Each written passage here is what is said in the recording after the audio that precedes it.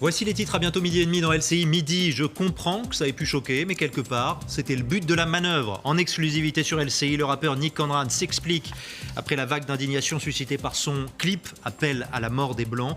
Même s'il reconnaît que cela prend trop d'ampleur sur le fond, il assume son message, lui qui pensait être mieux compris. En l'état, une enquête a été ouverte pour provocation publique à la commission d'un crime et tout cela soulève une question. Y a-t-il en France un racisme anti-blanc ? Nous en débattons à partir de 13h.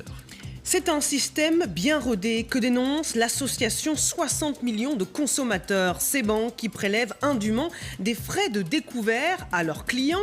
Si votre compte finit dans le rouge, à la fin de la journée, tous les paiements du jour feront l'objet d'une facturation, pas seulement ceux réalisés une fois que vous êtes à découvert. On en parle dans un instant avec Serge Maître, président de l'association française des usagers des banques. Et puis opération déminage à Marseille. Édouard Philippe a voulu rassurer les élus locaux très remontés au 14e congrès des régions de France. Sur la forme, ça s'est bien passé. Des élus locaux qui accusent l'exécutif de mépriser les territoires.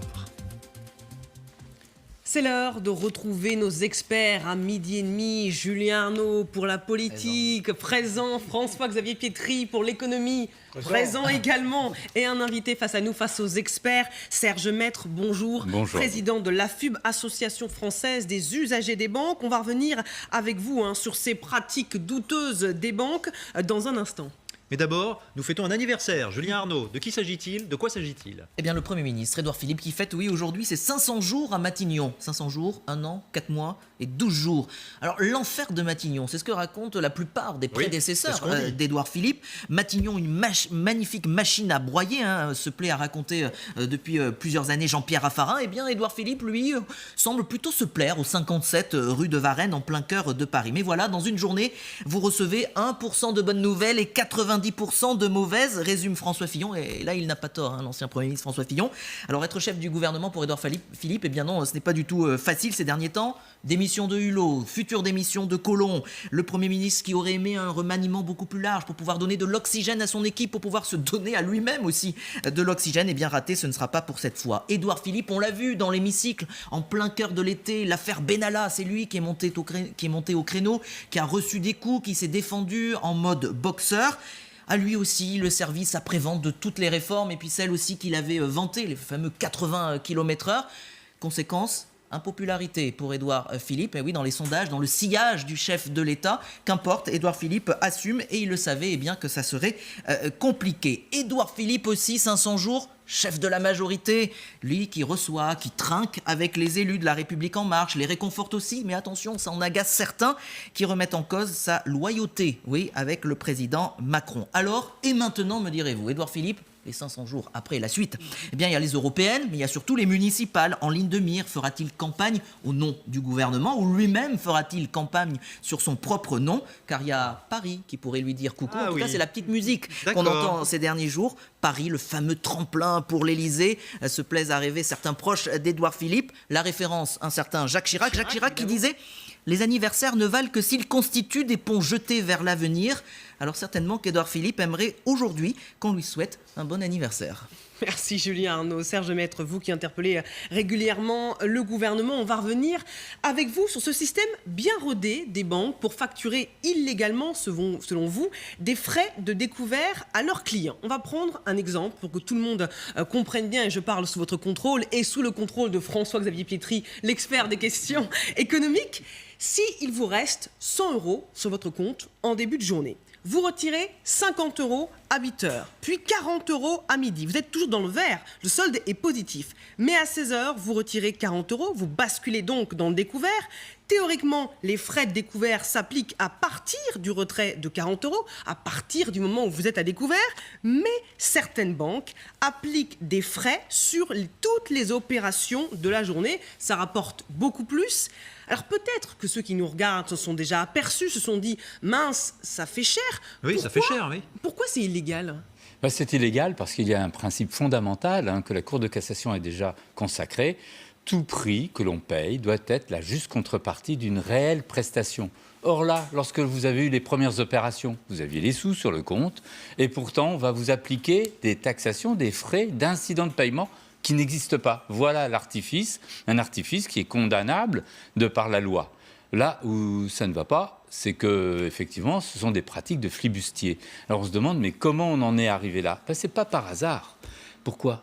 Quand vous regardez, il y a quelques semaines, M. Bruno Le Maire a annoncé de plafonner les frais pour les plus démunis, on va dire ce qu'on appelle les fragiles, à 200 € par mois, par an. 200 € par mois, c'est pauvres gens. 200 € par an maximum pour les frais d'incident. Oui.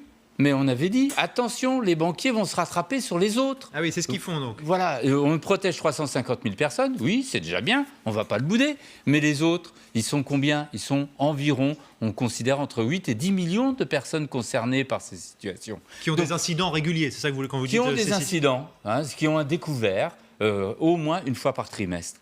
Conclusion, voilà autant de personnes qui ne sont pas protégées et sur lesquelles les banquiers vont se rattraper. François-Xavier Piettet, je vous donne la parole dans un instant. Juste, on est client, ça nous est arrivé, on se rend compte que ça nous est arrivé sans trop forcément l'avoir perçu au début. Oui. Qu'est-ce qu'on fait? On va voir sa banque, on demande remboursement? Le premier, tout à fait, vous êtes un homme de bonne aloi. Allez, on se la joue comme ça. On va voir l'employé en disant « je ne comprends pas ». Mais lui, hélas, l'employé n'est qu'un maillon d'un rouage. Il ne peut pas grand-chose souvent. Eh bien, le plus simple, vous allez vous dire je vais les coincer au niveau du droit.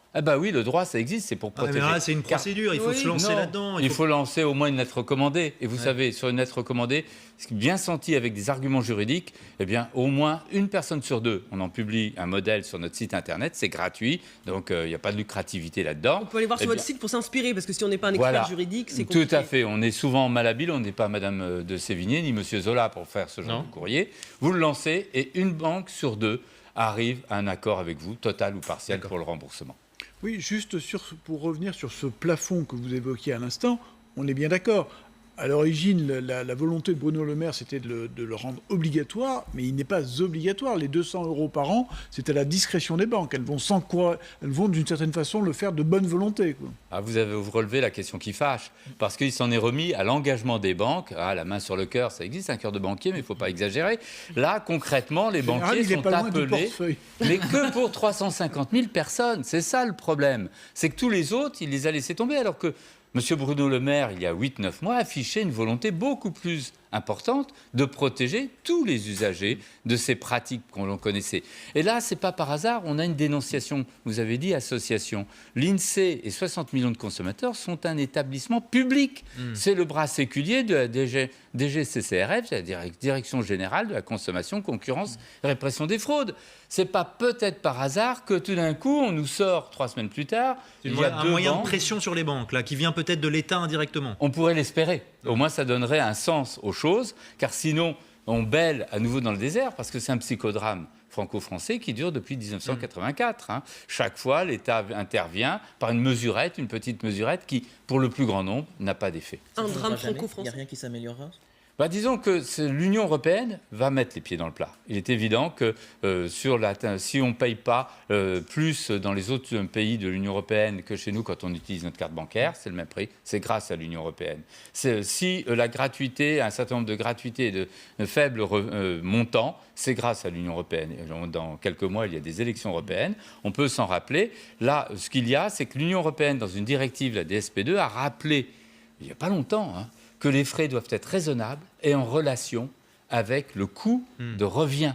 Et là, c'est tout le problème. Vous voyez, on parle de plafonnement, on parle de coûts excessifs, mais dans chaque fois, on n'a jamais posé, mais combien ça coûte vraiment à la banque? Mais justement, je vous pose la question, est-ce qu'on a une idée du montant de ce pactole, si je puis dire, pour les banques, tous ces frais d'incident? On sait que c'est... Disons, il y a des évaluations, c'est un peu plus compliqué, mais les évaluations vont de 5 milliards à 8 milliards d'euros. Certains disant 6 milliards 900 millions, mais c'est une évaluation. Disons que c'est beaucoup d'argent, d'autres affirment que c'est au moins le quart des bénéfices des banques. Mais il n'y a pas que les frais dont on parle. Les dates de valeur sont aussi des mécanismes de flibustier, puisque la Cour de cassation a déjà condamné, mais nos banquiers, ils sont résistants. En Allemagne, quand en 1977, la Cour de Karlsruhe a condamné les banques, une banque, pas les banques, une banque pour les dates de valeur, toutes les autres, dans les 3 mois, ont supprimé le mécanisme. Serge, nous, excusez-moi, juste une question encore, parce que c'est celle qui nous anime aussi. Est-ce que là, on voit bien les bénéfices grâce aux incidents pour les banques, mais est-ce qu'ils font plus volontiers, elles font plus volontiers les poches des plus fragiles d'entre nous? Alors, plus vous êtes vulnérable, vous avez le genou déjà à terre, plus il y aura une tendance à profiter de la situation. C'est un sentiment qu'on a au vu des dossiers que nous recevons. Des personnes qui nous disent « mais je paye 10% de mon salaire chaque mois ». Alors bien sûr... 10% en frais ? En frais. Donc ça là existe. Ce n'est pas des cas exceptionnels, sinon je ne les citerai pas. Donc c'est vrai que là, les personnes à la fin de l'année se disent « mais comment j'arrive pas à boucler mon budget ?» En fait, les plus vulnérables, c'est les fragiles, ont un régime spécifique qui est insatisfaisant parce que notamment il n'y a pas le droit au chéquier. Mais disons qu'il y a déjà une protection qui se met en place, très insuffisante mais qui peut être peaufinée. Au rebours, en ce qui concerne tous les autres, c'est là où nous sommes sans protection. L'État, alors là on pointe du doigt qui ? Il y a quand même des banques qui ont des pratiques moins, si je puis dire, exorbitantes en termes de frais. Il y a les banques en ligne, il y a le compte nickel par exemple. Donc est-ce que ça ne va pas inciter ces personnes-là, finalement, à changer d'établissement et aller dans des établissements plus raisonnables, entre guillemets ? Oui, quelle solution, finalement ? Est-ce que ça ne serait pas d'aller vers les banques en ligne ?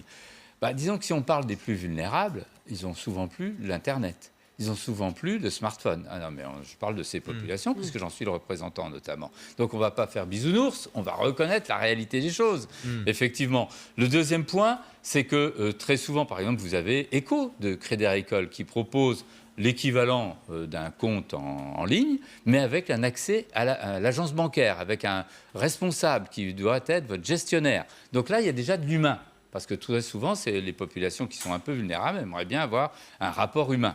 Il y a peu véritablement d'alternatives. L'alternative, elle n'est pas loin. Il faut que l'État mette les pieds dans le plat. Jusqu'à présent, l'État tourne autour de la gamelle des banques. Est-ce que le gouvernement vous entend justement quand vous lancez cet appel de nouveau sur LCI ? Il a commencé à entendre puisqu'il a décidé un plafonnement de 200 €. On ne peut pas dire qu'il est totalement sourd. Qui n'est pas obligatoire. Mais qui n'est pas une obligation, vous l'avez rappelé, ni la loi, ni le règlement, qui n'est pas un vœu pieux, mais pas loin pour le moment.